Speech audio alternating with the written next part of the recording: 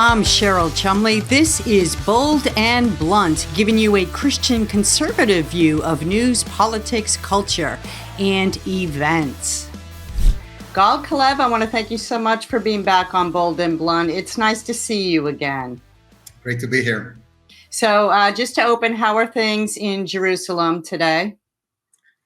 Things are well, but I have to say that they're also very sad. I personally have been two soldiers died in my own neighborhood over the last few days, and in what became sadly daily rituals, the streets of Jerusalem were lined up with people holding Israeli flags as the families were heading to the funerals. And last night, my wife and I visited the families of the fallen soldiers.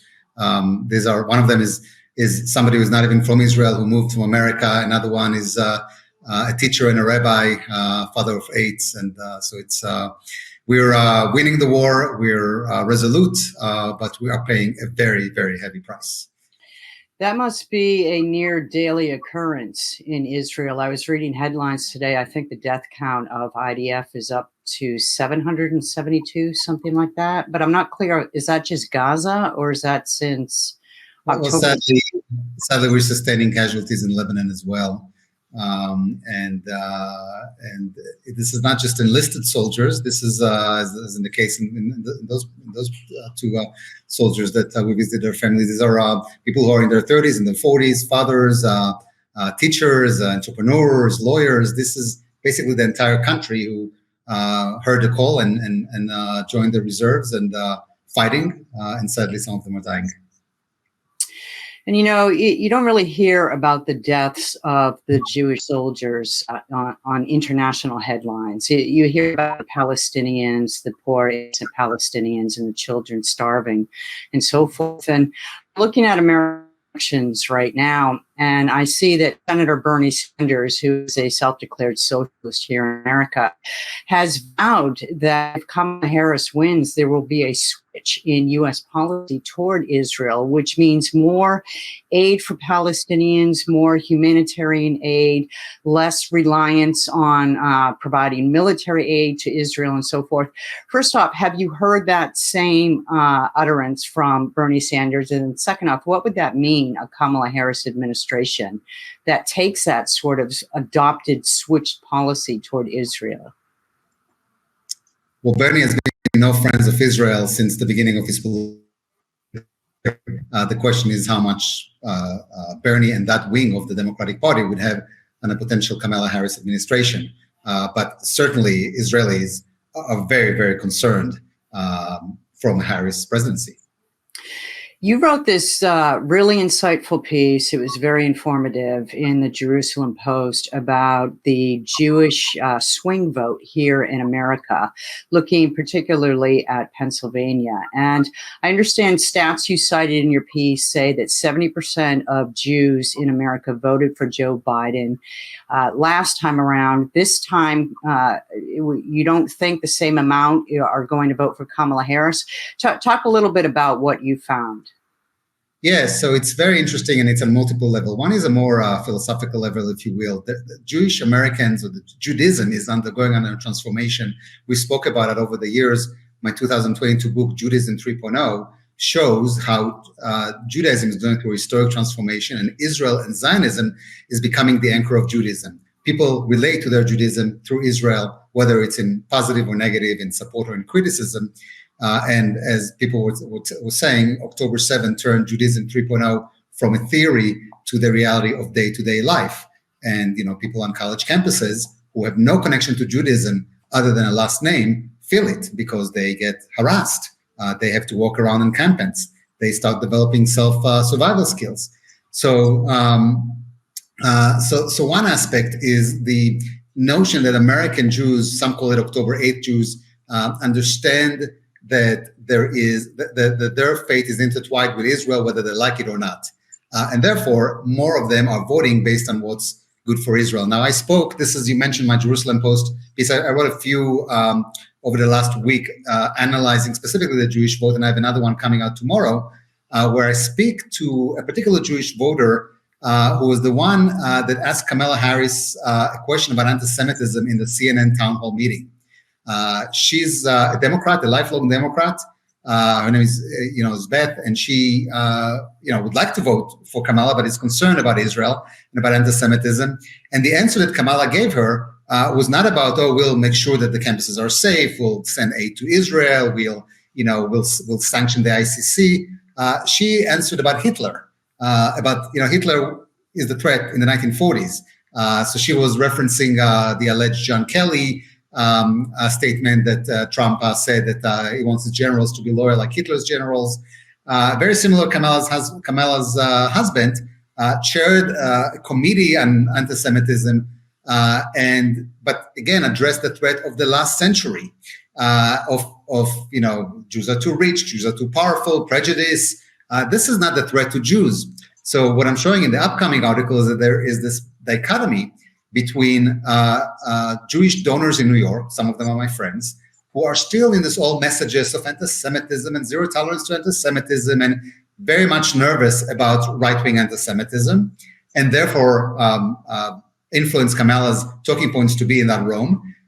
And actual Jewish voters in swing states like Pennsylvania and Arizona and Georgia and Nevada, who have other issues, who are much more tied to Israel. So the Republican Jewish Coalition shared with me data that showed that even in the last election, while the overall vote was in the Jewish community was 70% to Biden, 30% to Trump, in swing state it was much closer. In Georgia it was 50-50, and they expect it to be much, much higher now for Trump in the swing state. So while the Democratic messaging and talking points are dictated from New York, from the Hamptons, from the Upper East Side of New York, from whether we like it or not, donors have an influence on that. The actual Jewish voters might be rebelling against the Jewish establishment, and surprise, and because Pennsylvania and some of the swing states are so tight, this could have a real impact on the elections. It's an interesting piece as well, because what you're saying is being played out in the evangelical and Christian communities here in America as well. There's a heavy focus coming from the Trump campaign to get out the Christian and evangelical vote, because too many have sat on the sidelines in past elections, including his own, that the Christians didn't vote in many states, and it swung Joe Biden's way. So against this backdrop, though, we still have talk around the world about a ceasefire in Israel. And of course, it's always put on Israel's back to come to the table. The most recent one, there was a CIA analyst right now who is forging ahead with a 28-day ceasefire deal in exchange for hostages. Can you talk a little bit about that deal and whether it's anything new that Israel should consider? So over the last year, every week, there is rumors of a new deal, negotiations of a new deals. Sometimes we're negotiating with ourselves. So until we see it, once we see it, we'll be able to opine on it. And also, journalists always jump and say, well, I'm for this deal, I'm against this deal, but we don't have the information and we don't have any intelligence and we don't understand the repercussions. What we've seen over the last few weeks is that how wonderful it is that we don't know much. Israel was able to eliminate the entire Hezbollah command because we didn't know much, because we didn't know that we got into their beepers and were able to kill them. Israel was able to deliver a blow to Iran, to Hezbollah, and to Yemen, to the Houthis in Yemen. So I don't know about the deal, but I do know that, there is, right from the beginning, there was a call for Israel to surrender after October 7th, dressed with the slogan of ceasefire now. And that slogan continued even after we invaded Lebanon. And as we spoke, this thing that maybe you can help me understand, the US, the FBI has a most wanted list, a terrorist most wanted list. Israel goes into Lebanon and eliminates, a bunch of the most wanted list on the FBI. Eliminate more, but now you say ceasefire. So is the ceasefire just for us, or is the ceasefire for everybody that wants to arrest or kill people on the FBI most wanted list? This whole talk about the ceasefire sometimes is just code name of trying to prevent us from winning. I'd add that, as you know, 2 weeks ago we had a launch event for my book, The Assault on Judaism, that shows how the existential threat to Judaism is coming from the West and how it is a threat to U.S. national security. Melanie Phillips, who's the renowned Times of London columnist, spoke in this event, and she referenced something that she called the Obama doctrine, that there is a view, she said, in the United States that Israel shouldn't win, that we should have this balance of power between Shia and Sunni, between Israel and Iran. And that view, I don't know if it's true or not, is that, okay, if Israel goes too far, we'll do ceasefire. If Israel wants to decimate Iran, we'll say, oh, no, you can bomb Iran, but not the nuclear facilities, because they need to have a path to nuclear weapon, not their oil, because, they need to have money in order to fund more October 7th. So, a lot of times there's all those terms sent, ceasefire, restrain Israel, all that kind of stuff. But we want to have the ability to win because we're fighting for our survival, and we also are the active front in the Western world wars on terrorism. We are fighting for us, but we're also fighting for the United States, for France, for England, including for those who bash us. And I just want to finish up with this this survey that I just saw this morning, that Israelis prefer Trump 68% to 17% to Harris. And I find that a massive difference.